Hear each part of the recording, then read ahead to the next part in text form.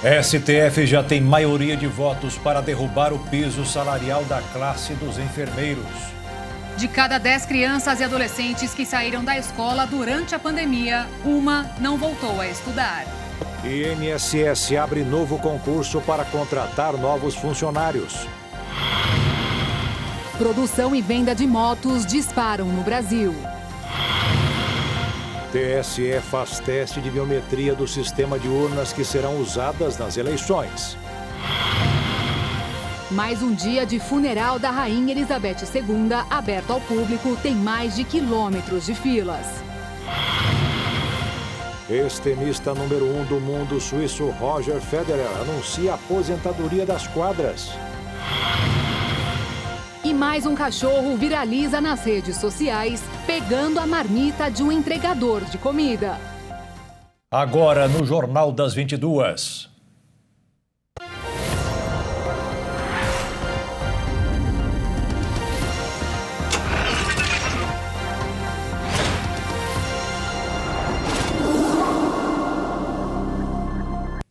Olá, boa noite. Boa noite. O Supremo Tribunal Federal formou maioria para derrubar a decisão aprovada pelo Congresso e sancionada pelo presidente Jair Bolsonaro, que criou um piso salarial para a enfermagem. Dos 11 ministros do STF, 6 já votaram para derrubar a medida. Por enquanto, apenas 3 são a favor. Os ministros julgam no plenário virtual a decisão individual do relator, ministro Luiz Roberto Barroso, que suspendeu a norma até que sejam analisados os impactos da medida na qualidade dos serviços de saúde e no orçamento dos municípios e dos estados se for fixado o salário base. O entendimento de Barroso foi seguido pelos ministros Ricardo Lewandowski, Alexandre de Moraes, Dias Toffoli, Carmen Lúcia e Gilmar Mendes. A análise do caso está prevista para terminar amanhã, mas pode ser interrompida se houver pedido de vista. A lei aprovada pelo Congresso fixou o piso em R$ 4.750. O valor ainda serve de referência para o cálculo do mínimo salarial de técnicos de enfermagem, auxiliares de enfermagem e parteiras. No Brasil, de cada 10 crianças e adolescentes entre 11 e 19 anos, uma abandonou os estudos durante a pandemia de Covid-19 e não retornou para a escola. O principal motivo para terem deixado de estudar, apontado por 48% deles, foi a necessidade de trabalhar. Uma pesquisa encomendada pelo Unicef, Fundo das Nações Unidas para a Infância, estima que 2 milhões de crianças e jovens deixaram de estudar. Mas o número deve ser ainda maior, já que o estudo não incluiu crianças de até 10 anos. De acordo com os entrevistados, 65% dos que saíram da escola não chegaram nem ao ensino médio. O 9º ano do ensino fundamental é a série com maior percentual de evasão, com 16%. Esse resultado está diretamente ligado à desigualdade socioeconômica do país, tanto que, no geral, 11% dos entrevistados não estão na escola. Já entre aqueles que são de famílias de classe AB, esse percentual cai para 4% e sobe para 17% na classe DE. Depois da necessidade, o segundo motivo mais apontado pelos jovens que saíram da escola foi não conseguir acompanhar as atividades. E depois, porque as aulas presenciais ainda não tinham sido retomadas. Outros motivos que aparecem entre os mais citados foram a necessidade de cuidar de parentes e por ter ficado grávida ou ter tido filho. Anteriormente, estudos já mostraram que escolas em regiões mais pobres foram as que mais demoraram a retomar as atividades presenciais. Dos jovens que continuam na escola, 21% disseram ter pensado em parar os estudos nos últimos 3 meses. Isso significa que há risco da evasão escolar crescer, caso não sejam adotadas políticas eficientes de assistência social. No Brasil, existem quase 1.000 adolescentes com mais de 15 anos para serem adotados. Até completar os 18, eles podem permanecer nas casas de acolhimento, mas depois disso, são desafiados a enfrentar o mundo, manter o próprio sustento e ter um lugar próprio para morar.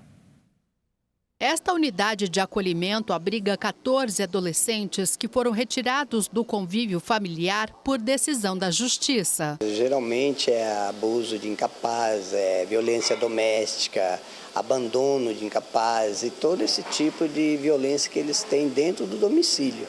ou por uso de droga do pai e da mãe. Quando completam 14 anos, os meninos são encaminhados para o mercado de trabalho e para fazer cursos profissionalizantes. Nós temos várias parcerias, através do Projeto Padrinho. Quando eles começam a trabalhar aqui, eles têm esse dinheirinho, eles guardam, pode gastar 30%, o restante eles guardam para a hora que eles completar a maioridade, Nesta faixa etária, dificilmente os meninos são adotados. E quando são, é bem comum que eles sejam devolvidos e voltem para o abrigo. Quase 99% não dá certo, porque por causa da própria idade deles, Ao completar 18 anos, os jovens precisam deixar o abrigo, mas a rede de proteção dá todo o suporte para que eles saibam o que fazer com esta autonomia. O Alexandro completou 18 anos há cerca de 3 meses e está morando sozinho em uma kitnet.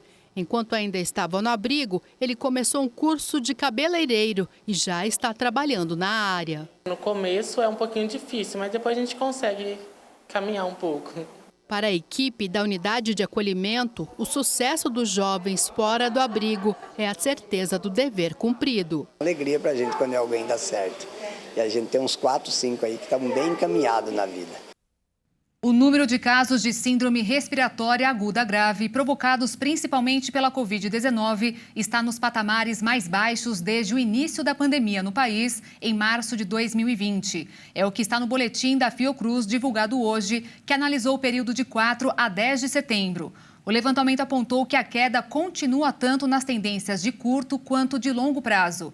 De qualquer forma, o cenário positivo também deve ser visto com cautela, já que a tendência nas festas de final de ano costumam elevar os casos da doença. Um importante medicamento para o tratamento do câncer de mama foi incorporado ao SUS. O repórter Dionísio Gonçalves traz mais detalhes. As pacientes com câncer de mama têm muitos motivos para comemorar. Um medicamento importante para o tratamento acaba de ser incluído no programa do SUS. Ele impede a queda de cabelo e diminui bastante a chance de metástase. O medicamento trastuzumab entancina é indicado em monoterapia, onde a paciente faz uso apenas de um remédio e é usado desde 2014 em casos avançados da doença, quando foi liberado pela ANS, Agência Nacional de Saúde. A portaria que informa a chegada do medicamento no SUS já foi publicada no Diário Oficial da União.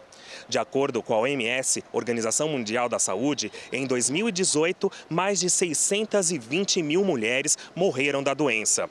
No Brasil, a cada ano são descobertos até 60 mil novos casos, o que faz com que o país seja considerado o 4º na lista do mundo. Nos próximos 20 anos, de cada 100 mulheres, 47 devem ser diagnosticadas com a doença. O Supremo Tribunal Federal rejeitou por unanimidade o pedido da Confederação Nacional da Indústria para acabar com as restrições de propagandas de cigarros e outros produtos derivados ou não do tabaco. O STF também não aceitou o apelo para que fossem retiradas dos maços as advertências sobre os males que o vício causa à saúde das pessoas e é responsável por mais de 161 mil mortes por ano no Brasil. Cerca de 60% das mortes nos hospitais públicos são decorrentes de infecção generalizada, chamada sepse. Para diminuir os índices de casos, profissionais da Santa Casa de Campo Grande, capital de Mato Grosso do Sul, passaram por uma capacitação. A sepse é uma das principais causas de morte nos prontos-socorros dos hospitais públicos. É popularmente conhecida como septicemia, mas esse termo está em desuso. Mas é uma infecção generalizada, que põe em risco a vida, entendeu? Porque a sepse, se você não atuar na sepse, ela vai evoluir para choque séptico. Então, isso leva a óbito, a literatura coloca que os hospitais públicos, a mortalidade chega a 60%. Nos privados, perto de 40%. Febre, hipotermia, taquicardia, sonolência, confusão e fraqueza são sinais de sepse. E para salvar a vida do paciente, a equipe médica precisa agir rápido. Nós temos até 1 hora para salvar esse paciente. Então, nós treinamos 100% da nossa enfermagem, nós treinamos os médicos, os residentes.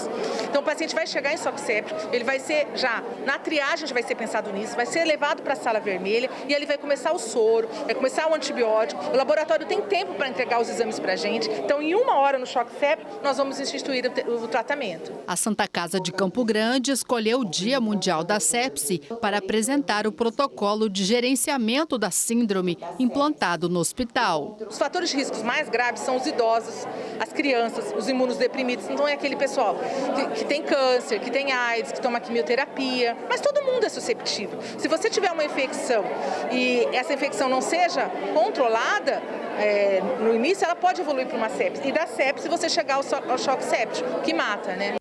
Mais um cão ganhou espaço como estrela das redes sociais. É um vira-lata da cor caramelo que mora no município de Mocajuba, na região do Baixo Tocantins, no Pará. Quando este entregador de marmitas chegou para fazer uma entrega em uma casa da cidade, o cachorro passou de fininho e ficou atento. Quando o funcionário abriu a mochila e foi até a porta da casa, uma das marmitas caiu. Foi aí que o malandro de 4 patas não pensou 2 vezes. O instinto falou mais alto e ele levou o alimento embora sorrateiramente. O motoqueiro ficou olhando sem saber o que havia acontecido e o que fazer, mas o caramelo já estava longe, saciando a sua fome. A suspeita, em princípio, recaiu sobre o humano, mas estas imagens do circuito de segurança da rua não deixaram dúvidas sobre o autor do prejuízo. Pouco depois, o cãozinho foi localizado e o dono do restaurante, ao invés de ficar irritado, deu muita risada com a artimanha do animal. A marmita foi reposta e o entregador não teve que pagar nada. E daqui a pouco tem mais notícias. INSS abre novo concurso para contratar novos funcionários. E ainda, a produção e venda de motos disparam no Brasil.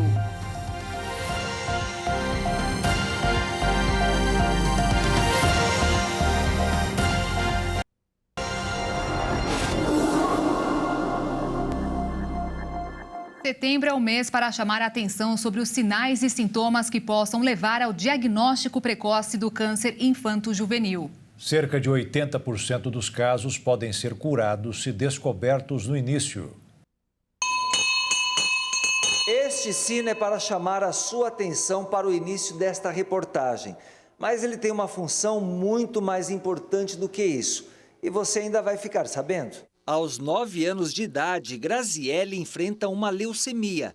Ela mora em Carapó e quando vem fazer o tratamento em Campo Grande, fica hospedada na Associação dos Amigos das Crianças com Câncer, mais conhecida como a ACC. Durante o dia, a gente fica com a psicóloga, que a gente fica brincando com ela.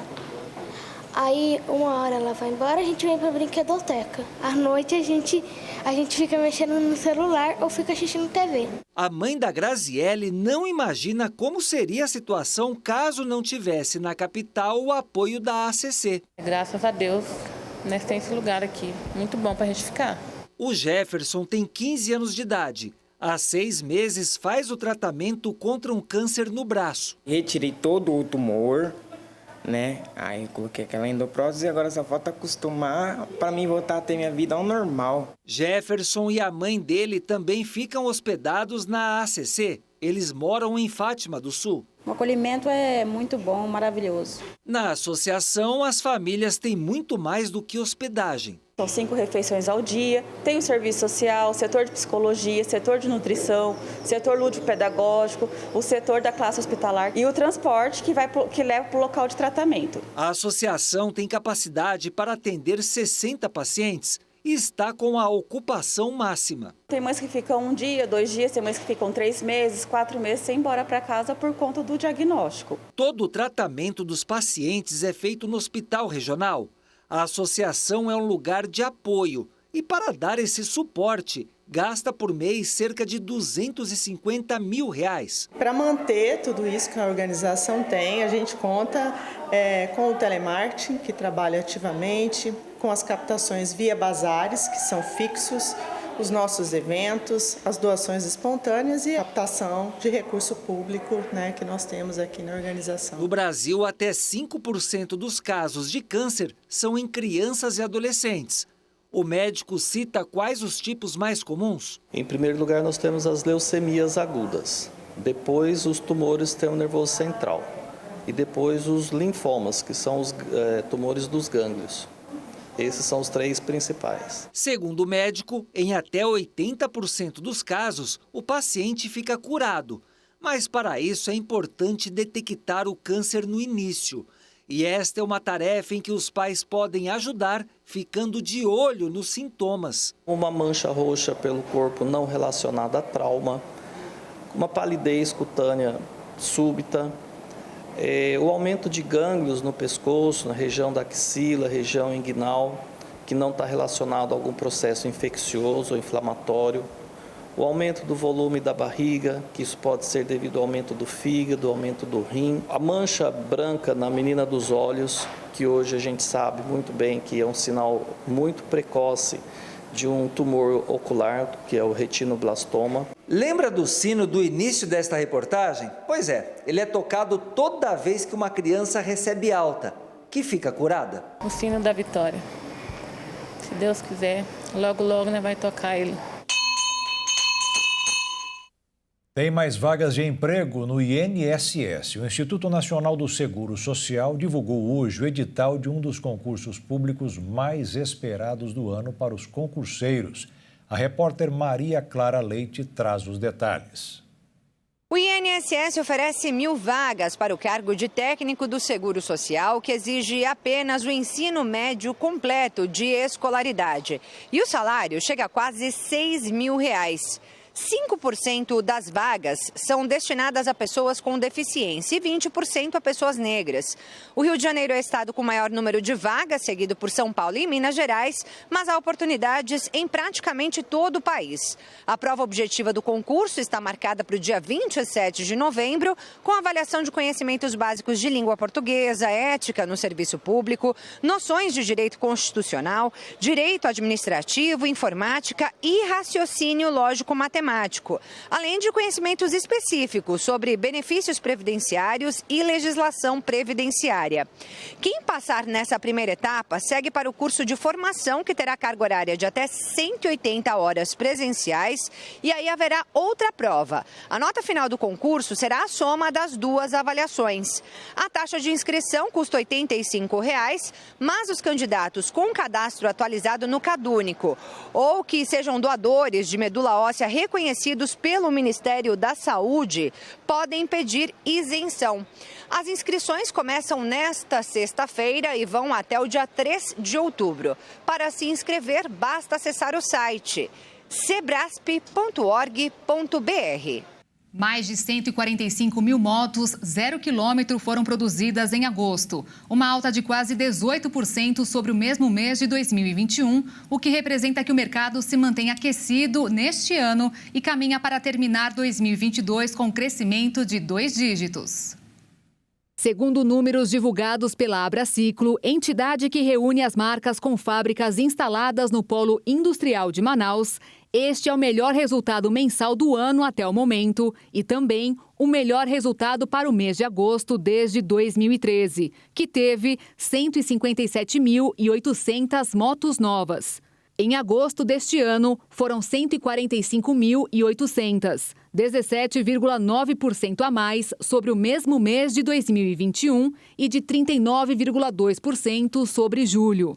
O mês de março, melhor desempenho até então, foram 136.300 unidades que saíram das linhas de montagem. Com o volume de agosto, em que as motos de baixa cilindrada, de até 160 cilindradas, foram responsáveis por 81,1% dos emplacamentos, o setor soma 921.900 motos produzidas no acumulado do ano, com crescimento de 17% na comparação com o ano passado. A expectativa da Abraciclo é atingir 1.320.000 motos produzidas neste ano, uma alta de 10,5%.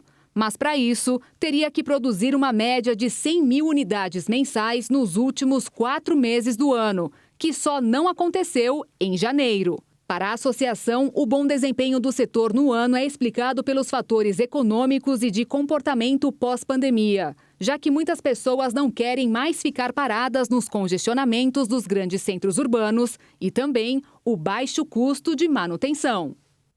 O índice do Banco Central, que mede a atividade econômica do país, registrou alta de 1,17% em julho, segundo o resultado positivo do IBCR, que é considerado uma prévia do número oficial do PIB, foi puxado pelo setor de serviços, que é a atividade com maior peso na produção do país. No acumulado de 12 meses, o resultado é de um crescimento da economia de 2,09%. Dados da Federação das Indústrias mostraram que as exportações neste ano aumentaram 15% na comparação com os 8 primeiros meses do ano passado. De acordo com o levantamento da Federação das Indústrias, no mês de agosto, a receita da exportação de produtos industriais foi de 470 milhões e 200 mil dólares, crescimento de 8% em relação ao mesmo período do ano passado. Esse foi o maior valor já registrado para o mês em toda a série histórica. Já no acumulado de 2022, a receita total das exportações de produtos industriais foi de 3 bilhões 290 milhões de dólares, crescimento de 15% em relação aos primeiros 8 meses do ano passado. Esse também é o maior valor já registrado para esse período em todo o levantamento. Os grupos complexo frigorífico, celulose e papel e óleos vegetais e demais produtos da sua extração responderam por 84% da receita das exportações de janeiro a agosto, sendo que os principais produtos exportados foram carne bovina, pedaços e miudezas de frango, pasta química de madeira, bagaços e resíduos sólidos da extração do óleo de soja e óleo de soja bruto e refinado. Já os principais países importadores foram China, Chile, Estados Unidos, Emirados Árabes, Itália, Holanda, Argentina, Índia, Indonésia, Venezuela e Tailândia. No mercado financeiro desta quinta-feira, de olho em dados da prévia do PIB divulgados pelo Banco Central e de indicadores contraditórios sobre a saúde da economia dos Estados Unidos, o dólar fechou em alta de 1,18%, negociado a R$ 5,23 na venda. E a Bolsa de Valores fechou em queda de 0,54% aos 109.953 pontos. O PicSac e o PicStroco movimentaram quase 190 milhões de reais em pouco mais de 8 meses de existência. Foram realizadas quase 1,5 milhão de negociações das modalidades. As funcionalidades PicSac e o PicStroco, que foram lançadas em novembro do ano passado, ainda não são tão populares em comparação ao volume total de transferências via Pix, que faz muito sucesso entre os brasileiros. Segundo o Banco Central do Brasil, entre dezembro do ano passado e agosto deste ano, foram realizadas mais de 1.453.000 transações das modalidades saque e troco, movimentando um total de 189 milhões de reais. Mas é possível observar que os números de operações com as modalidades têm sido crescentes. O PicSac movimentou mais de 42 milhões de reais somente no último mês de agosto. Já o sistema de pagamento instantâneo continua em alta. Somente em agosto, movimentou 887 bilhões de reais em 1 bilhão e 858 milhões de transações. No Dia do Cliente comemorado hoje, o PROCON de São Paulo recomendou aos consumidores alguns direitos garantidos por lei, dentre eles do reembolso completo da compra online. O Código de Defesa do Consumidor permite o arrependimento em até 7 dias após a compra sem justificativa, o direito às informações claras desde o produto até as condições da oferta, o prazo de entrega do produto sem distinção do frete em caso de entregas agendadas, ao cumprimento da oferta e, em caso do não cumprimento, pode ser considerado como propaganda enganosa. E, por último, o direito à garantia legal prevista por 90 dias para produtos como eletrodomésticos e eletrônicos e 30 dias para os alimentos. Segundo o Instituto de Defesa do Consumidor, o INDEC, o prazo ainda pode ser complementado com a garantia prevista em contrato. Assim, se o termo de garantia prevê 9 meses para um computador, por exemplo, considerado um item não durável, é preciso somar 90 dias, o que dá um total de 1 ano de garantia ao consumidor. Em relação à troca ou reparo de produtos com defeitos, o fornecedor não é obrigado a devolver por insatisfação com algum aspecto. Se houver defeito, a reclamação pode ser feita em 30 dias. Uma família da Louisiana, nos Estados Unidos, ficou bilionária por alguns dias. O caso que aconteceu em 2011 e foi revelado agora foi de um depósito feito por engano do equivalente a 259 bilhões de reais pela cotação de hoje na conta das pessoas que não tiveram nome revelado. A instituição financeira reconheceu o erro e pediu que, quando isso acontecer, as pessoas não gastem nada do que não reconhecerem na conta. E veja a seguir, TSE faz teste de biometria do sistema de urnas que serão usadas nas eleições. E veja também, mais um dia de funeral da Rainha Elizabeth II aberto ao público, tem mais quilômetros de filas.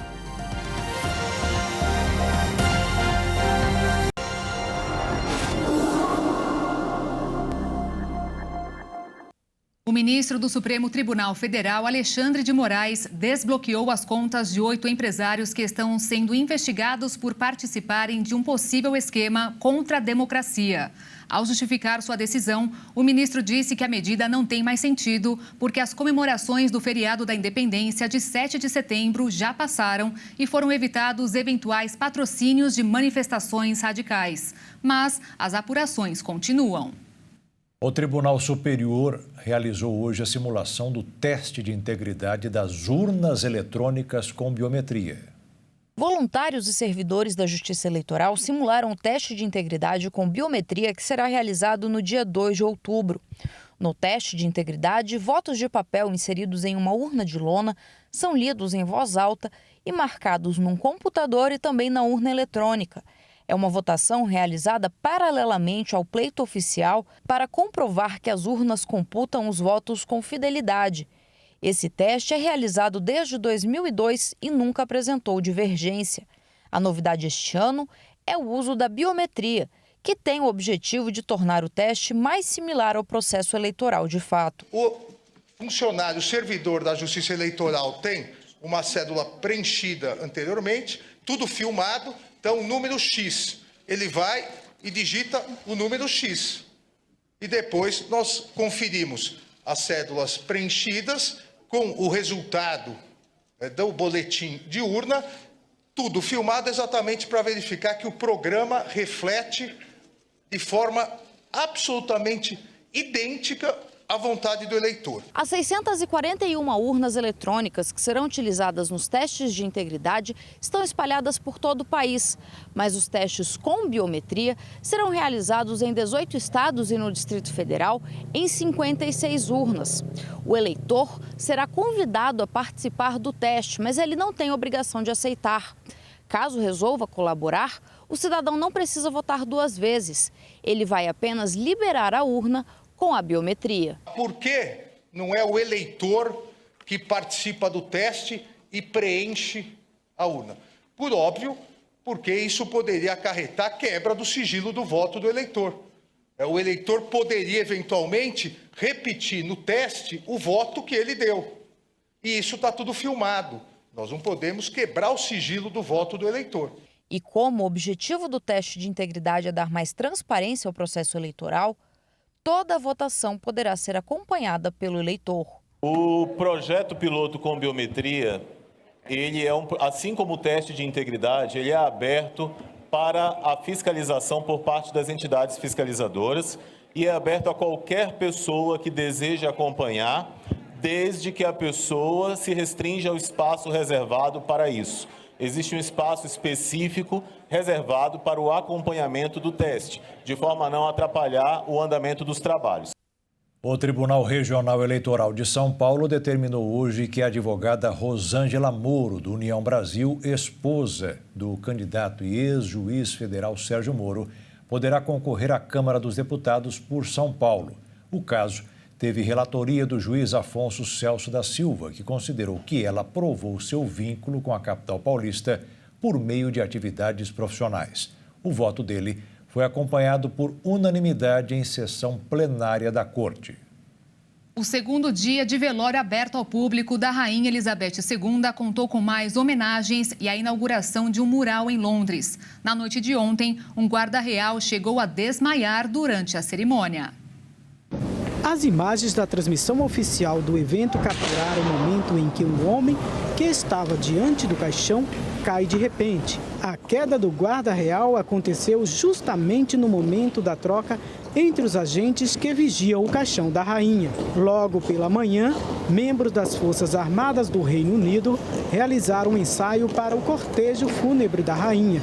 Milhares de pessoas marcharam do Palácio de Buckingham até a Praça do Parlamento, nos preparativos finais para a cerimônia final que será realizada na segunda-feira.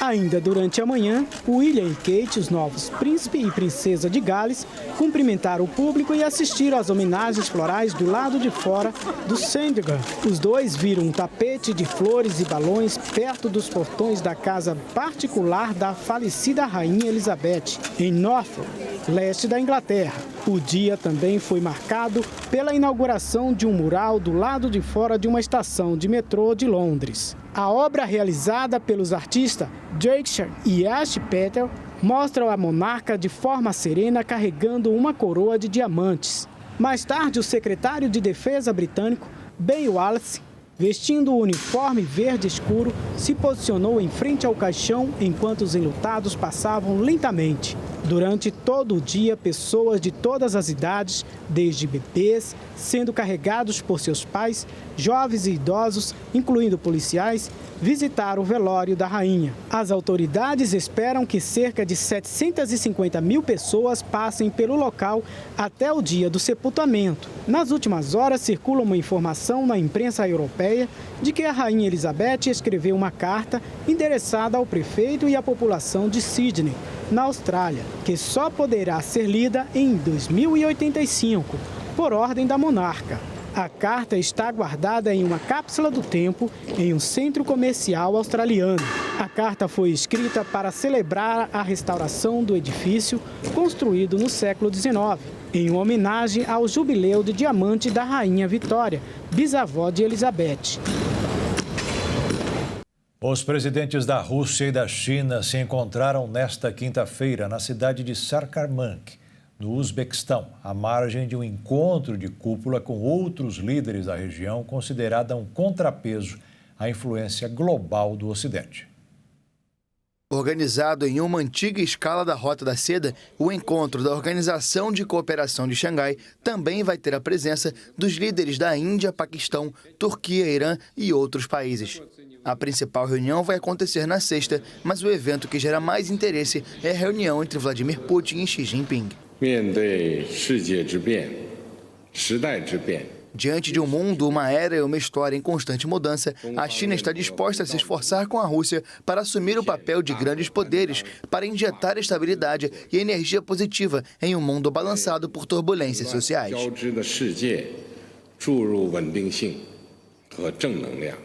Para Putin, o encontro de cúpula é uma oportunidade para demonstrar que a Rússia não pode ser isolada internacionalmente, apesar das sanções impostas por países ocidentais devido à guerra na Ucrânia. Para os dois países, o encontro é uma oportunidade para desafiar o Ocidente e, em particular, os Estados Unidos, que lideraram a adoção de sanções contra a Rússia e que irritaram Pequim com demonstrações de apoio a Taiwan. O chefe da Organização das Nações Unidas afirmou que o conflito entre Rússia e Ucrânia ainda está longe da paz. O secretário-geral da ONU, Antônio Guterres, conversou por telefone com o presidente russo Vladimir Putin. O chefe das Nações Unidas afirmou que as chances de paz na Ucrânia são mínimas neste momento. Tenho a sensação de que ainda estamos longe da paz. A paz é essencial. A paz está de acordo com a Carta da ONU e o direito internacional. Mas estaria mentindo se dissesse que espero que isso aconteça em breve. Guterres também conversou com Putin sobre a possível extensão e ampliação do Acordo de 22 de julho, patrocinado pela ONU, sobre as exportações de cereais da Ucrânia, previsto para durar 120 dias. Putin considerou que os grãos ucranianos devem ser destinados prioritariamente aos países mais pobres. As críticas russas aos acordos despertaram o temor que as exportações ucranianas ficassem novamente bloqueadas, o que poderia afetar a segurança alimentar mundial. Toneladas e toneladas de resíduos plásticos chegam em corpos aquáticos da América Central todo dia. A mudança na paisagem também fez o ambiente se alterar, com dificuldades para os pescadores e para as espécies nativas.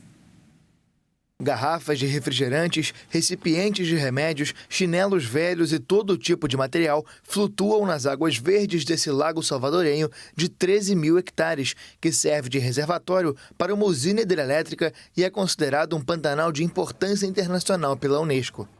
Os pescadores da região dizem que a poluição empurrou os peixes para as águas profundas, onde não podem lançar as redes para pegar tilápia ou guapote. Esta basura vem do rio de Motagua, do lado de Guatemala. Este lixo vem do rio Motagua, do lado da Guatemala. Não conseguiram deter. Por muito tempo foi limpo aqui. Eles pagaram para ter a praia limpa por muito tempo, mas quando o rio sobe, volta tudo de novo, assim como se vê agora. Al crescer o rio, volta outra vez, assim como se vê agora. Com cerca de 2.500 habitantes, Potonico é o município mais afetado entre as 15 cidades ribeirinhas do lago. Os pescadores precisam competir com cerca de 1,5 milhão de biguais pretos que habitam o lago, que se tornaram uma espécie de praga, já que chegaram como aves migratórias e ficaram pela região. Pues se ha visto afectado enormemente ya los pescadores más de un mes de no poder realizar la pesca. A pesca foi muito afetada. Há um mês os pescadores não conseguem trabalhar, é muito difícil jogar as redes. Quando se vê esse tipo de poluição, eles vão para o fundo da reserva, então é muito difícil pescá-los. Então é muito difícil que os pescadores logrem obter boa produção de pescado. O ministro salvadorenho do Meio Ambiente afirma que mais de 4.000 toneladas de resíduos são geradas diariamente no país e 1.200 acabam em rios, praias ou ruas. Diante do problema, a ONG holandesa The Ocean Cleanup alerta que cerca de 20.000 toneladas de resíduos plásticos passam todos os anos pelo rio Las Vacas, afluente do Motagua, a maioria proveniente do aterro sanitário da capital da Guatemala. De acordo com o relatório do Programa das Nações Unidas para o Meio Ambiente, 11 milhões de toneladas métricas de plástico entram nos oceanos todos os anos, número que pode triplicar nas próximas 2 décadas. Os Estados Unidos devolveram para Israel uma moeda de quase 2.000 anos de existência, com o valor estimado de mais de $1 milhão, após uma investigação sobre contrabando.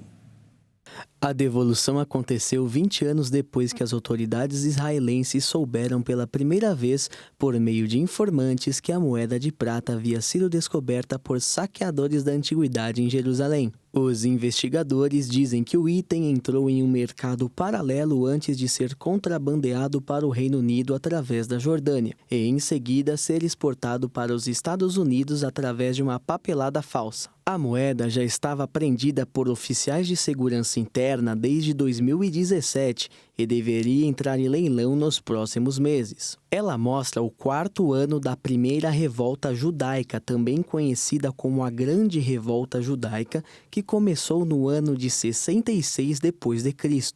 Os romanos permitiram que certas moedas locais fossem criadas e circulassem em parte de seu império. A Autoridade de Antiguidades de Israel disse que os líderes rebeldes atacaram motivos judaicos sobre moedas imperiais, cobrindo assim o rosto do imperador. Esse ato foi como uma declaração de independência dos judeus na terra de Israel. A cerimônia de repatriação da moeda contou com a presença de vários altos funcionários israelenses, incluindo o embaixador do país nas Nações Unidas. Esse ato foi como uma declaração de independência dos judeus na terra de Israel. A cerimônia de repatriação da moeda contou com a presença de vários altos funcionários israelenses, incluindo o embaixador do país nas Nações Unidas. E veja a seguir, rede social lança a ferramenta que facilita aos pais acompanharem o perfil dos filhos. E ainda, tenista suíço Roger Federer anuncia a aposentadoria das quadras depois de recordes de títulos e prêmios.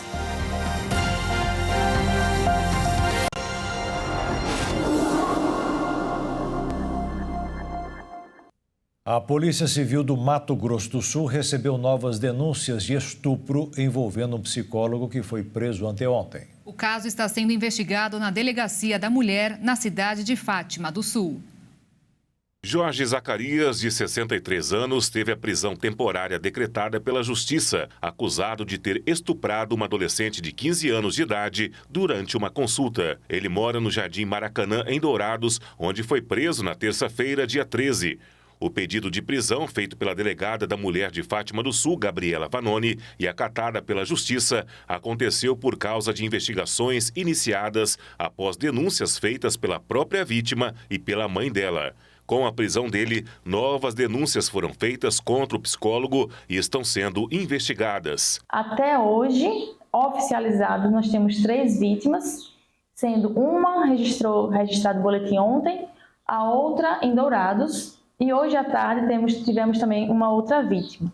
Há 2 vítimas que já localizamos, que inclusive uma está morando fora do estado e outra está morando fora de Fátima do Sul, mas os crimes ocorreram aqui. E hoje à tarde recebi informação de que uma outra vítima procurou o fórum e foi inclusive instruído para que procurasse aqui a Delegacia de Atendimento à Mulher. E o fato interessante é que cada vítima conta, os lapsos temporais são diferentes, o que prova de que ele cometia esses crimes há muitos anos. De acordo com a delegada, é importante que as vítimas procurem a Polícia Civil para denunciar os abusos. Desta forma, estarão colaborando para o andamento mais rápido das investigações. E somente nós poderemos fazer um trabalho bem feito se as vítimas comparecerem aqui à delegacia, que possa ser documentado todos esses fatos.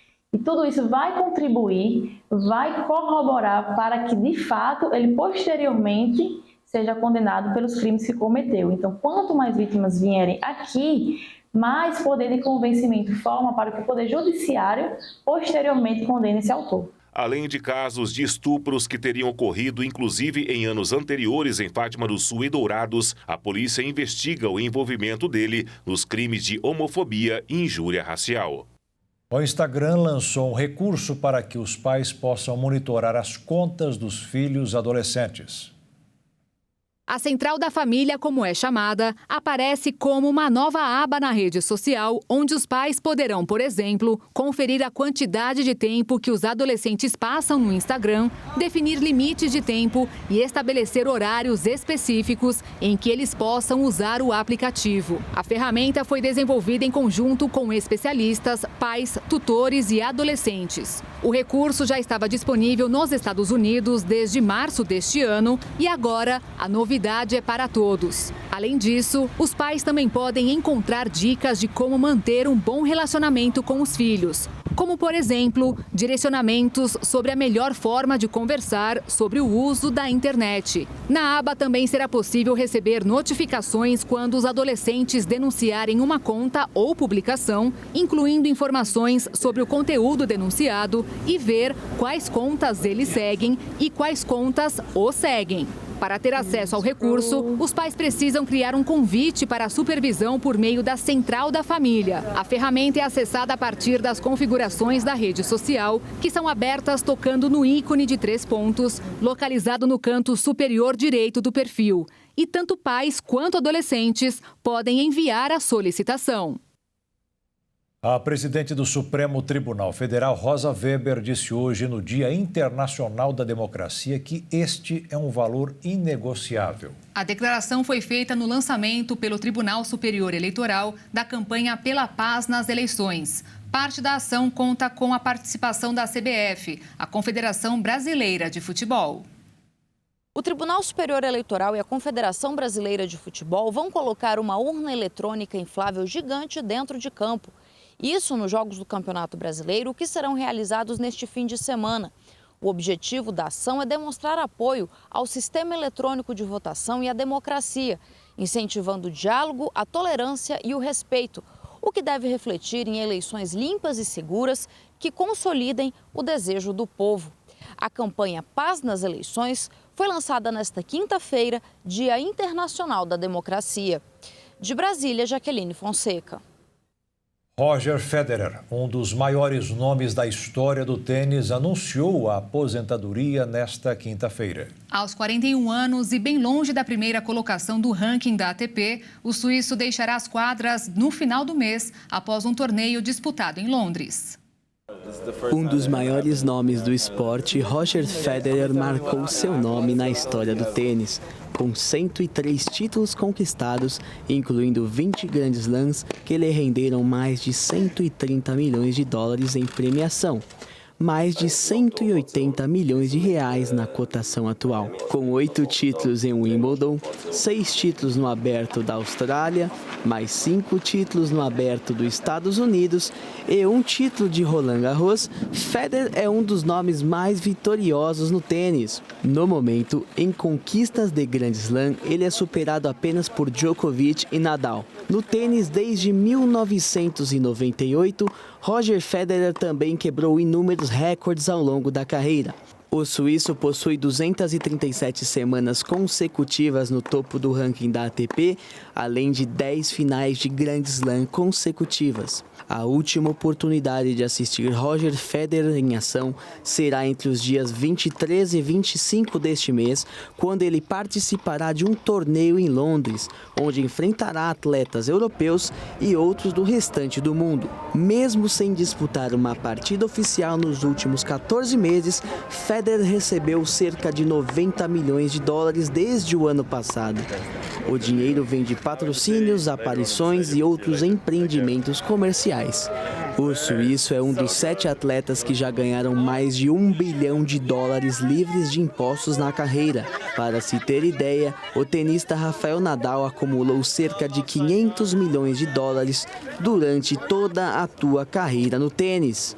Um dos maiores nomes do esporte, Roger Federer marcou seu nome na história do tênis com 103 títulos conquistados, incluindo 20 grandes slams que lhe renderam mais de $130 milhões em premiação.